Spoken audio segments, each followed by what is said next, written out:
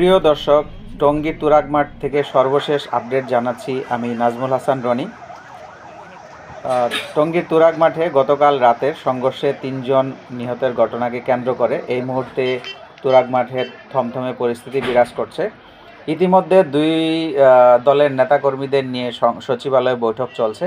এর মধ্যে metropolitan commission থেকে জানানো হয়েছে কিছু এলাকায় সভা সমাবেশ নিষিদ্ধ করা হয়েছে।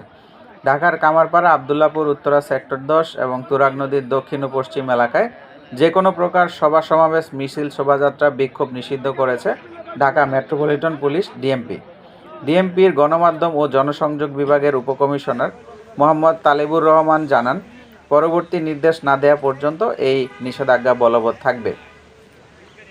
নিষেধাজ্ঞার কারণ সম্বন্ধে তিনি বলেন, তাবলিগ জামাতের দুই পক্ষের সংঘর্ষের ঘটনা ঘিরে যাতে আর কোনো নতুন করে উত্তেজনাকর পরিস্থিতির সৃষ্টি না হয়, তাই এমন সিদ্ধান্ত নেওয়া হয়েছে বলে জানিয়েছে।